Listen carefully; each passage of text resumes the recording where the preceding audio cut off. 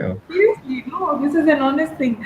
All right, good morning, ladies and gentlemen. This is Nosheen Mukhtar, and you're watching the Business Excellence Show. And today you have, as always, with me, Flemming Rontved, as it is Tuesday, and we are going to talk about some wonderful things that you will find highly useful. But before we start off with our conversation, I want to say that you are really, really important for us.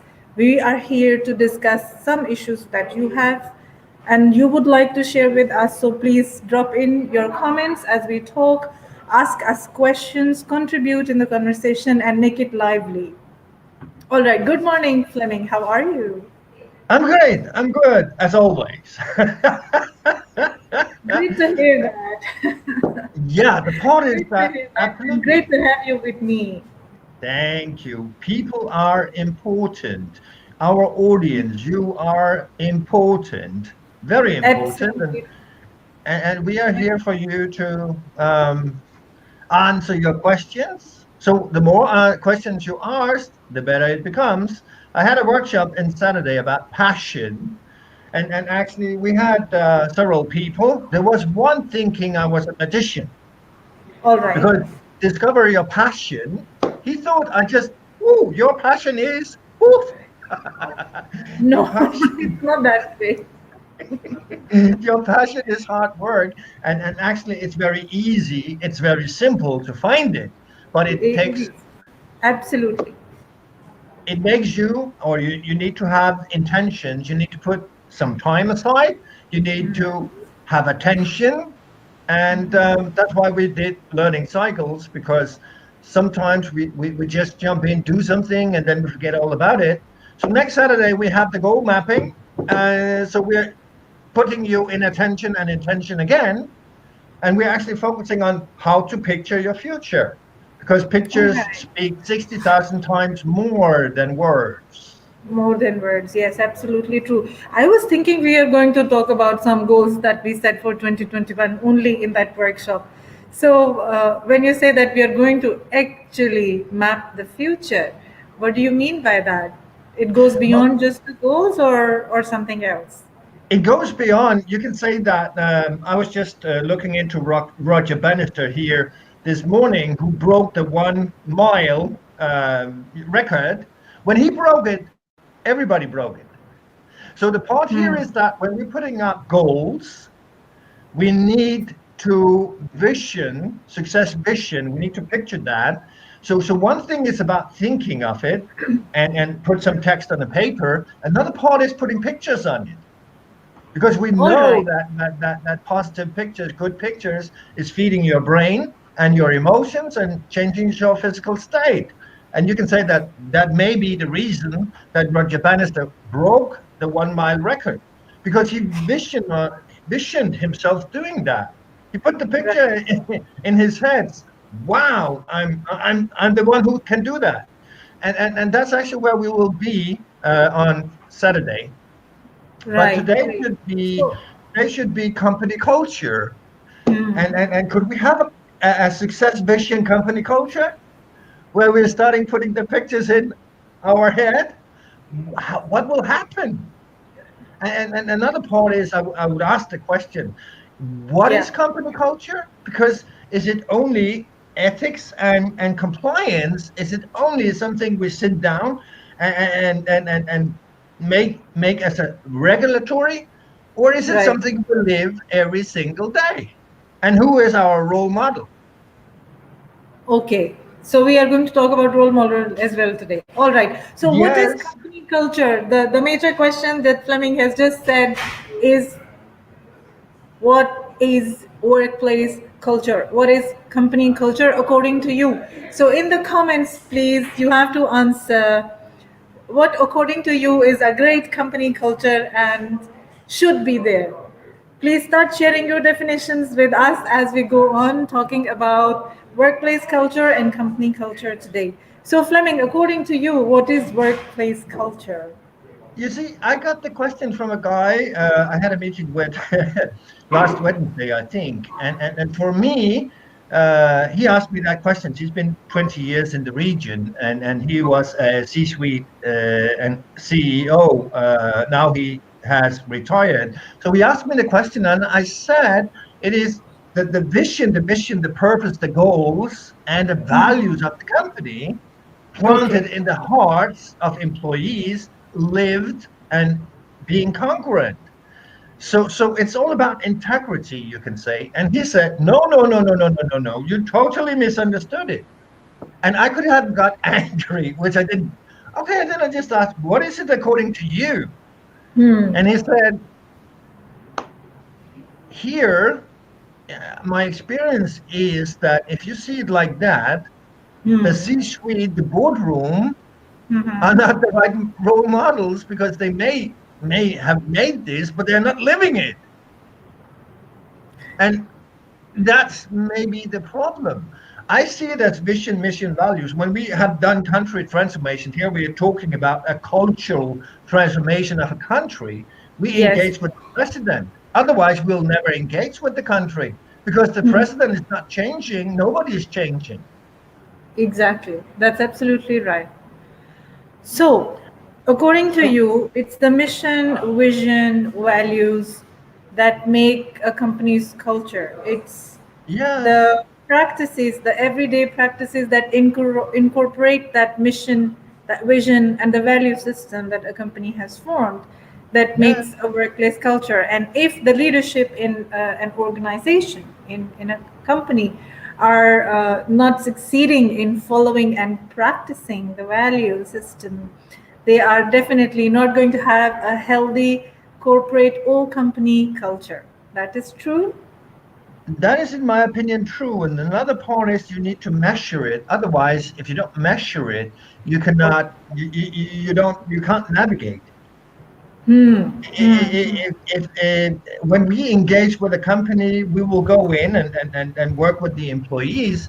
We can go in and say, okay, fine. Hmm. What is the objectives of this organization?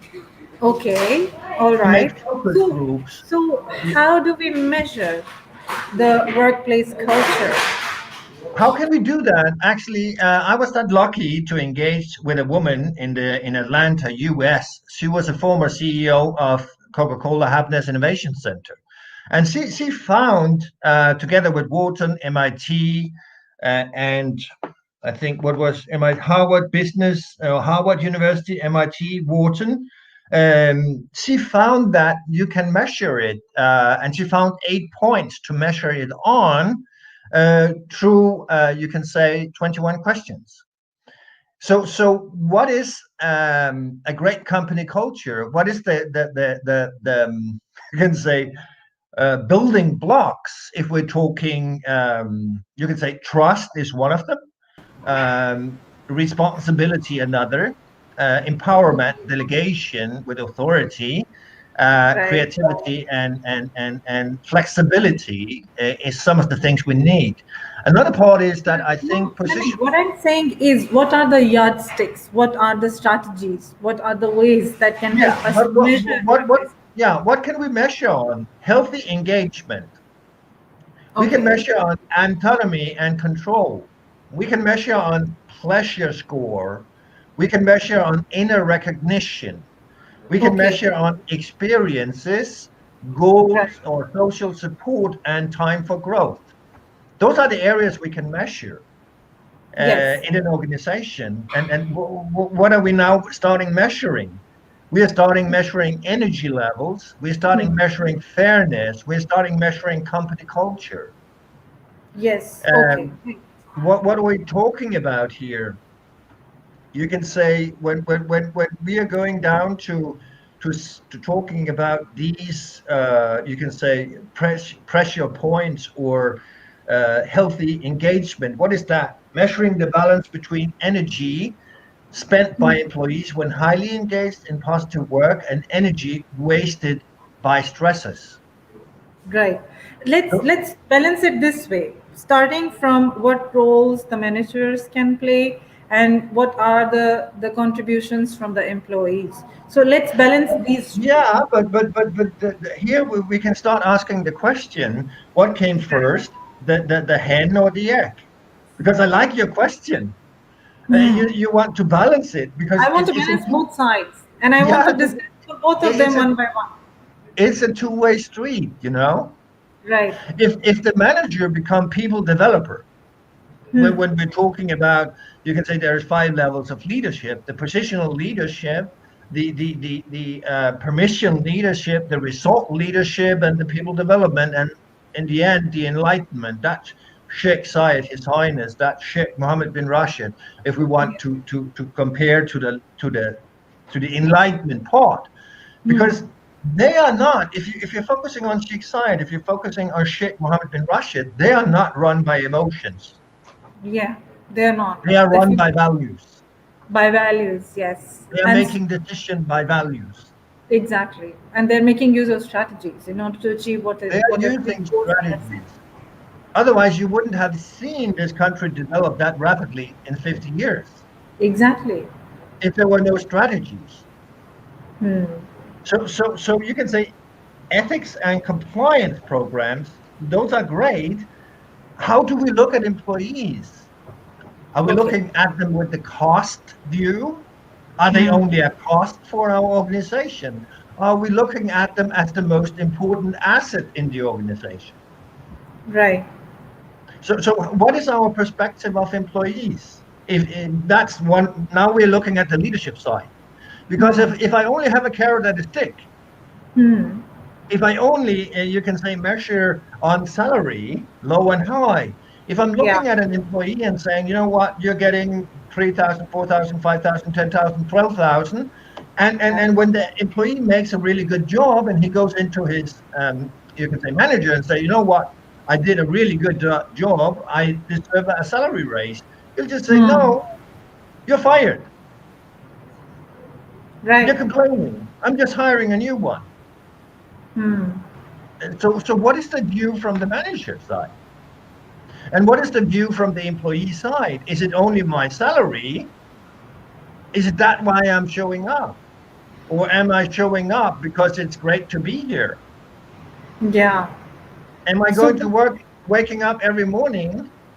Yeah, how to measure workplace culture. And that's what I said. We have measured the workplace culture in IKEA, Hilton, Shell, IBM, ASBC Bank, Kellogg's, Coca-Cola, L'Oreal, where we went in with this tool where we're measuring on these 8 points. okay. And here we can measure every single month. Mm-hmm. So we can track the development.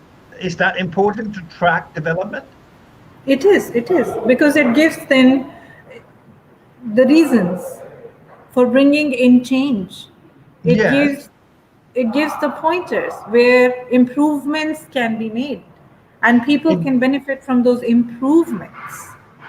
yeah, it gives, you can say, insight and foresight what is actually going on here.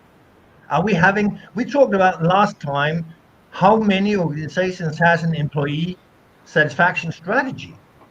Hmm. And we know that 60% of the population in US don't, I never heard about it. And 40% of HR professional never heard Yes, about it. Where does they do. that come from? It comes from the CEO. It comes from Right. the boardroom. It But comes they from the need the leadership. data. They need the data. Otherwise they can't navigate. There's the nothing, Absolutely right. they can't make changes, they don't know what's important, and so on.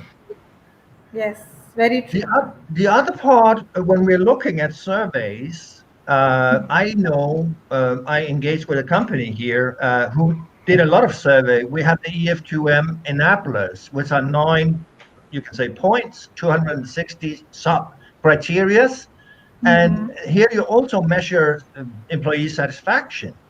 Okay. But the part here is, do employees have the right to speak up? Yes. So Are they telling employee, the truth? you have come to the point of employees' rights. Yes. So employees' rights not only have the right to just speak up, there are more rights than that. Apart from just growing the salary and gaining growth, there are rights related to their intellect and their emotions. So my Yeah, question is, when it comes to employee rights, do feelings of employees matter? How can of a course they leader do. offer support in forming positive feelings and thoughts. Of course they do. Do feelings of employees matters? Yes, employees are making emotion, feeling based decisions 17% of the time, 70% of the time. And you can say Yes. managers may think, because as I said, if you're looking at His Highness Sheikh Mohammed bin Rashid, if we're looking at His Highness Sheikh Zayed, they were value driven. Hmm. They may be a lot more, you can say, logical, Okay. strategical decision makers according to values. It is like the more you grow in an organization, the less right you have, the more responsibility you have. Yes. So the That, higher up you come in an organization, the less rights you have and the more responsibility because you become a role model. It's not the yes. other way around, which people could think, oh, I'm the CEO, I'm the boss, I can do whatever I want. No, it's not like that. No, I'm it's the not role like. model. Yeah. So I have a lot more responsibility than if I was on the floor. Yes. So I And would say employees are 17% feeling based. So when we are talking feelings and also when we're talking measurement, what can we measure? As I said, company culture, we can measure fairness. Is fairness a feeling? it brings a positive feeling. It brings the feeling that you are treated with respect and you have equal rights. Yes. So we can measure energy level. We can measure autonomy and control, where we measure the autonomy, which is that you have the ability to make decisions for the company. The more ability you have, what happens when you have the ability to make decisions for you? What happens for your satisfaction? It brings more satisfaction. It gives you a sense of independence. It also raises your self-esteem. You feel respected, that you have some control over things around you, and you're contributing towards the larger goals and the larger targets by making meaningful decisions, by making decisions that make a difference. That is why it's important for employees to have some rights or some freedom to make autonomous decisions. Absolutely, absolutely. The more you can say you got empowered, the more you delegation with authority to you, Yeah. the more job satisfaction. The more It, you can see when we're talking control, the more you can see that your decisions contribute to company goals. and What yes, happens for you then? it is healthy in terms of helping them use their own experiences, their Yes, own intellect, and their yes, own decision making powers. If yes, if employees are not allowed to do that, they become performing robots, doing the routine yes. activities day in, day out, and they are more likely to quit sooner than later. Absolutely. So when you have a culture, you can say that where you have autonomy and you have control, that means that you have the right to make decisions and you're not questioned of your decisions, but you can actually make decisions. You can say that you're a manager in a team and you have the right to make decisions for your team. Normally, managers do that. But Yes, instead of jumping to assumptions, instead of being impatient, you will go yes, into the meeting with your team of 10 employees and you'll say, we are facing this challenge. What are we going to do? And then you keep your mouth shut. And you're not saying anymore. And then you ask everybody, what are we going to do? We have this challenge. Everybody is contributing, and then in the end, together, you make a decision. yes. And So a if healthy you're, workplace i- i- invites employees equally, with equal yes, opportunity to share their yes, views, to make yes, different decisions on various levels, to voice their opinions, and to go on yes. innovating. I have The, a question from an audience. yes, Ali Zaid, he says, I have an important question. Most of employees suffering with two boss theories. Second, both bosses are not appreciating the work of employee. What should that employee do? Then he goes on asking second question, or perhaps the third one. What should one do when he is surrounded with multiple managers who are not leaders? Those managers are themselves dissatisfied. Uh, just 2 seconds. I would love to answer the questions, Ali. I would just to the other, because I didn't finish my other sentence, was that when you have asked all the questions, you made a democratic decision. You would ask for a 3 minute session, disagree session. That means that now it's legal for everybody to come in with their, you can say, disagreements. And it's not that you don't have the fear anymore. You take out the fear. Then we can jump to the question of Mr. Ali. What is exactly going on here? It's what's normally going on. Can you put up the question again? It's what's normally going on in many organizations. I have engaged with organizations who is owned by a holding company where you have the C-suite, the boardroom, asking questions to the holding company and never getting an answer. So here you can say you didn't put up the question again, but that is okay. Thank you. Uh, Question two was that second question: what should one do when he is surrounded by multiple managers, not leaders? Those managers are themselves Are not satisfied. dissatisfied. Yeah. Yes. And if you can say you are an organization where you are owned by a holding company and you're never Yeah. getting answers from that holding company, then you'll be dissatisfied. You're being dissatisfied, yeah. Yes. So that dissatisfaction is now rolled automatically. It's like a snowball, and it becomes a snowman. Hmm. Hmm. Because in the moment this dissatisfaction is at the top level, it will go Yes. down in the organization, and you can destroy the whole organization. We Absolutely have true. seen, yeah, we have seen that. I think Sheikh Mohammed bin Rashid did customer satisfaction survey last year, where he said that Emirates Post, he said Dubai Court, he said Dubai Land was having the lowest rate of customer satisfaction.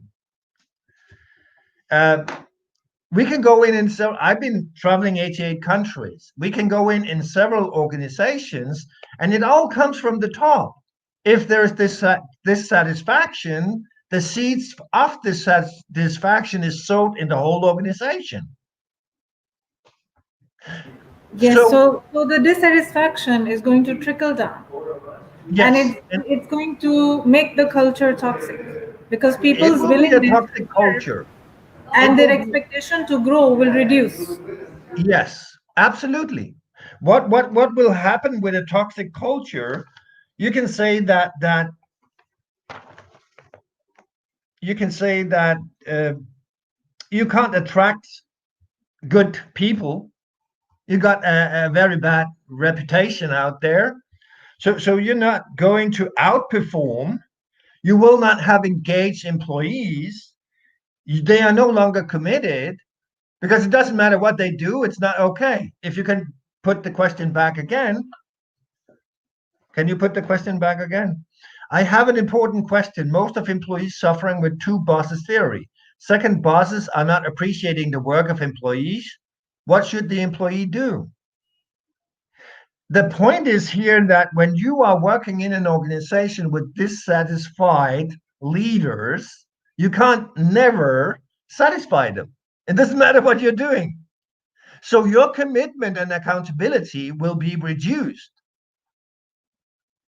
So what can you do? You can say the turnover will grow because you can seek another job. But when you're looking for another job, you need to be very aware of what is the culture in the other organization, because we also know that more than 50% of the employees in Dubai is going to change the job. Why are they changing the job? Because they may not like the salary, they may not like the culture. So you can move Yes. on. another organization, but it didn't solve your problem. Yes, It's like, and one more thing, even if there are multiple bosses or multiple managers, there has yes, to be coordination between managers so that they are able to manage employees without getting into personal conflicts or even yes, professional conflicts. So but communication flow and a communication pattern is needed in such an organization so that people absolutely, are able to communicate effectively and efficiently, but and absolutely. also are able to avoid unnecessary workplace conflicts. Yeah, you need to have a speak up culture. You need to have a culture where it's okay to speak up. And what I can hear from Mr. Ali, he may not think it's okay to speak up. He may not think it's okay to report misconduct. He may not think it's okay to report failures because this is a failure. And if he doesn't think, he's not going to report it. If he think he's great getting fired. So can you see the circle? It was a Yes. two-way street, but if Yeah. you're too scared to speak up, you're not comfortable about speaking up, you're not comfortable about reporting, there are barriers, there are fear of retaliation, of Yeah. going with bad news, of misconduct, there is Mm. pressures if plans are not reached. It's a stressful environment. But if you don't go someplace, it could be to the HR, or Yes. it could even be to the C-suite and report the misconduct or the bad news, or you report your confusion, nothing is going to change. And as I said, I don't think anything is going to change because if you move out of the organization to another organization where you see the same pattern and you still have the fear of not reporting, it'll never change. You can move wherever you want. It's something that needs to change inside of you. And you need to start doing it. Because if you're not satisfied in a workplace, are you Yes. compromising yourself every single day? Of course. Are It will you be are like you that. stressing yourself every single day? Yeah. And that's going to be extremely unhealthy. That is very unhealthy. And you can die of that. According to Harvard, there's 120,000 employees dying yearly all over the world Hmm. because of stress, because of misconduct, because of fear, and Hmm. all that kind of stuff. But what happens inside of you that is that your immune system is shutting down and growth is shutting down. Nothing is happening. So, Nothing is so happening. I would say that since we hear that more than 50% is going to change their work, it would be a lot easier to speak up Yeah. because it doesn't. The monkey is moving with you. The monkey on your shoulder is moving with you. It's with you all the time. Yes, if you do not change inside of you. Yeah. So the part here is that I think that you need to have a conversation with your managers and say, even eventually, if you have more than one, then you'll call for a meeting and say, you know what, I need to speak to you because I don't understand this. My work is not appreciated. What is going on? Appreciation is crucial. If an employee is Absolutely. not appreciated and is not receiving positive feedback on his performance, he is likely to lose all his motivation. Even his willingness to come to office every day will be very low. Right Yeah, from the because beginning of his day, he will have this feeling, oh my God, I have to go to that damn place. sorry, it's not my intention to laugh because it's actually very important. In the moment the alarm clock is ringing, he don't want to get out of bed. He wants to stay in bed because life is miserable. Good. Then she gets out of bed and goes down to the kitchen and make a cup of coffee, which is now on the white shirt. Then you go out into the car and you sit in the car and you drive and you were late because you needed to change your shirt. So now you're in all the traffic chaos and you need to deliver your kids at school maybe, and so on, and it's very stressing for you, and everybody's honking the horn, and pretty bad morning. And then after you delivered your kids, you turn on the radio, and then you hear that everything is going down and everything is bad and all that kind of stuff. You have those fortune tellers coming out of the radio, opening the TV. So how is your mood when you're reaching work? Absolutely very, very Absolutely poor. not good. No, and that means you do not have any energy, and you're dissatisfied, and you will poison. If you're the manager, you'll poison everybody else. If you're Exactly. the employee, you will speak. You can have even a very good manager who's actually not a manager but a leader, but you're in that mood, so you are poisoning your colleagues. So Exactly. no matter what this leader is going to do, you are actually poisoning the organization. You're among the 17% we talked about last time who is just disengaged. So now you're becoming the weed in the organization.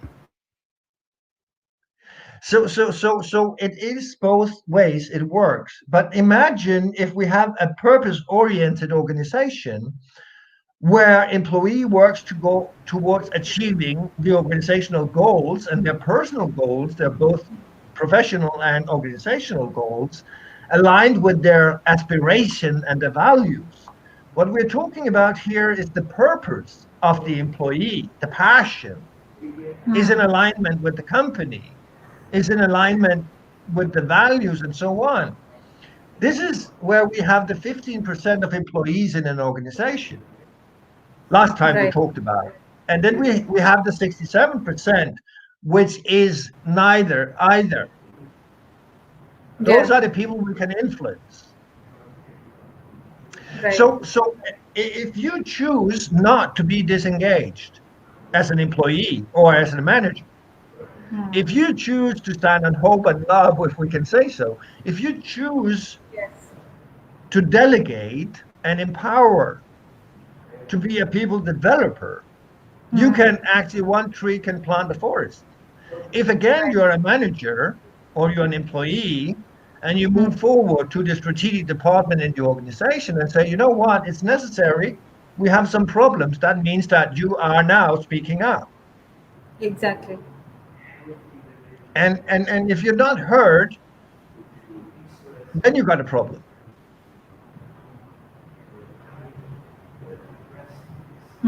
Or do you have a problem? Right now, I don't have a problem. But yes, if people are not engaged, they will have lots of problems. Yeah, they will. So, Yes. so, so I will say again, it is very important that we have an integrity-based, you can say, strategic decision of changing culture. Yes. And it needs to come from the boardroom. It needs to come from the C-suite. It needs to come from the leader who needs to communicate. Yes. And Absolutely. communication is so important because we can actually have a bad challenge or a challenge like COVID-19. What are we going to do? The organization came out of COVID-19, or what we knew how have the new normal was the ones coming best out of that were the ones who had the communication with the employees. Yes. Right. So, in the next episode of the Business Excellence Show, let's talk about employee engagement. Yeah, but I would say that In more employee detail. And we engagement. discuss different strategies. And we will discuss different strategies that leaders must use to ensure maximum positive engagement. Yeah, but again, where are we talking from? Because we're not talking from the HR department. We're talking from the CEO, which is actually the guy who sets the company culture, and the Yeah. C-suite, which are the people who are setting the company culture. Because you can have as much strategies, but if they are not lived by the top level in an organization, nothing is going to change. Because those are the role models. Yes, You absolutely can't right. change from down up. You can only change from top down. Top down, yeah. Right. Absolutely And right. and and the part here is that what are you going to do if your, you can say, your needs are not met in an organization? Here in this area, can we do anything or can't we do anything? How is the view? What is it we, that's why I'm here, I would say, to raise awareness of conscious quality thinking, because we actually know that a culture of a good culture is increasing in the nation with 300%. Right. We know that retention of workers is reduced with 59. We know that adaptability is increased with 44, Yes. productivity with 44, sales with 37%. We Right. are so aware of these numbers because these numbers is coming from Harvard, MIT, Wharton, London Business Review. It's Absolutely just right. it's not just numbers taken out of the blue. Yeah. It's actually All numbers. right, Fleming. I have a little bit of thing. I have somebody come up, so I will have to rush. We will definitely talk about further more strategies of employee engagement and workplace wellness in the second episode, which is coming up on next Tuesday. Thank you so much for being with us, and thank you for your input. I look forward to seeing you guys once again. Take care and have a great week. Absolutely. Bye bye. Bye bye.